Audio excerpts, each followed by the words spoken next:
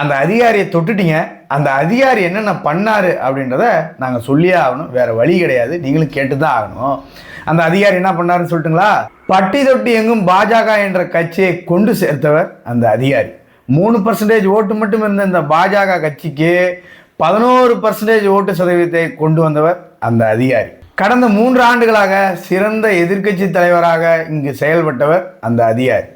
அதாவது திமுக என்ற கட்சியை ஆட்டம் காண வைத்தவர் அந்த அதிகாரி. திமுக அரசை எதிர்த்து அதிக போராட்டங்களும் ஆர்ப்பாட்டங்களும் நடத்தியவர் அந்த அதிகாரி. உச்சநீதிமன்றத்தால் ஜனநாயக காவலன் என்ற பட்டம் பெற்றவர் இந்த அதிகாரி. அதாவது பாஜக தொண்டர்களுக்கு ஒரு புதிய உத்வேகத்தை கொடுத்தவர் இந்த அதிகாரி. நீங்க சொன்ன அதிகாரி தான். அதே மாதிரி எதிர்கட்சிகளுக்கு பாஜகவை எதிர்த்து போராட முடியாது என்ற சூழ்நிலையை உருவாக்கியவர் இந்த அதிகாரி.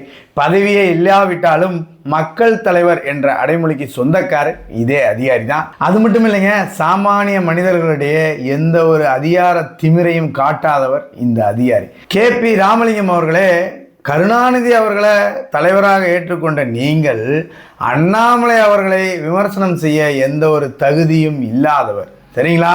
நீங்கள் நாமக்கல்ல வாங்கினீங்களே 1,04,690 ஓட்டு. அந்த ஓட்டு KP ராமலிங்கம் என்ற பேருக்கு விழுந்த ஓட்டாது, அண்ணாமலை என்ற பெயருக்கு விழுந்த ஓட்டு. ஓகேவா? அந்த 1,00,000 ஓட்டு கருணாநிதி அவர்களை வழிகாட்டியாகவும் கருணாநிதி அவர்களை தலைவராகவும் ஏற்றுக்கொண்ட நீங்கள் எப்படி நேர்மையான ஆளாக இருக்க முடியும்? அதனால் நீங்கள் யாரையும் விமர்சனம் செய்வதற்கு தகுதியே கிடையாது உங்களுக்கு.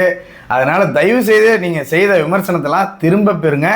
இல்லைன்னா கடும் விமர்சனங்களை சந்திக்க நேரிடும் அப்படின்றத நான் இந்த இடத்துல சொல்லிக்கிறேன். பாஜக சொந்தங்களே, இவர் பேசுறதெல்லாம் பார்த்தா விரைவில் இவர் திருப்பி திமுக என்ற கட்சிக்கே சென்று விடுவார், அவருடைய தாய் கட்சிக்கே சென்று விடுவார் அப்படிதான் தோணுது. ஏன்னா அப்படிதான் இருக்கு இவரோட பேச்செல்லாம். அதனால பார்த்து சூதானமா இருந்துக்கோங்க, இவர் கூட பழகிக்கோங்க.